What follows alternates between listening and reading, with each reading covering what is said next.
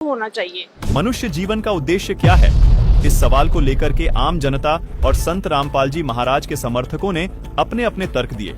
जहां आम समाज के लोगों का मानना है कि आप माता पिता की सेवा करें, किसी का धन न हड़पे, एक सभ्य नागरिक होना मनुष्य जीवन का मूल उद्देश्य है। वहीं उनका ये भी कहना है कि आप अपने परिवार का अच्छे से पालन पोषण कर लें, इतना काफी है। लेकिन संत रामपाल जी महाराज के शिष्य इस बात से पूर्ण तौर पर सहमत दिखाई नहीं दिए। उनका मानना है कि मनुष्य जीवन का मूल उद्देश्य भक्ति करना है, क्योंकि परिवार का पालन पोषण तो पशु पक्षी भी करते हैं। अगर देखा जाए तो ये बात सही भी है, क्योंकि भक्ति न सिर्फ आपको भगवान को पाने का मार्ग दिखाती है, बल्कि आपके अंदर दया, संतोष, त्याग और प्रेम का संचार भी करती है। आप समाज हित के कार्य तभी कर पाएंगे जब आपके अंदर सदाचार होगा, आपके मन में निस्वार्थ सेवा करने की भावना उत्पन्न होगी, और ये सब पूर्ण परमात्मा की भक्ति के बिना होना असंभव है। आप अपने आसपास किसी भी व्यक्ति को अगर किसी परोपकार के कार्य में लगे देखेंगे तो पाएंगे कि उसके पीछे उनका कोई स्वार्थ छिपा है।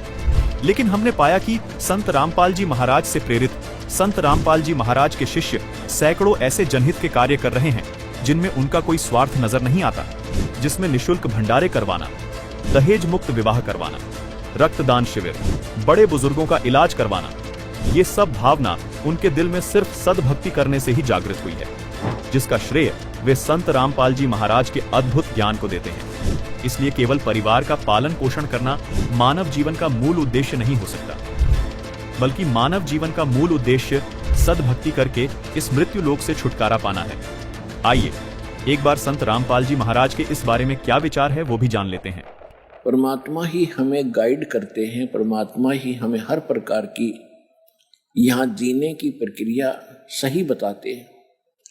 परमात्मा ने, कबीर परमात्मा जी ने आकर के सबसे पहले हमें ये सिखाया कलयुग में कि यहाँ पर जो माया जोड़ने की, कोठी बंगले बनाने की जो आपके अंदर एक गलत प्रेरणा है या व्यर्थ है, इस पृथ्वी लोक पर इसकी कतई आवश्यकता नहीं है। ये महामूर्खों का कार्य है। और जब तक हमें सत्संग नहीं मिलता तो हम उसी को सबसे उत्तम मान रहे होते हैं। और जो हम यहाँ पद प्राप्त करने की चेष्टा करते हैं, कोई मंत्री, मुख्यमंत्री, प्रधानमंत्री बनने की हम चेष्टा करते हैं, तो ये भी एक अज्ञानता का प्रतीक बताया है। कौन सी अज्ञानता का? जो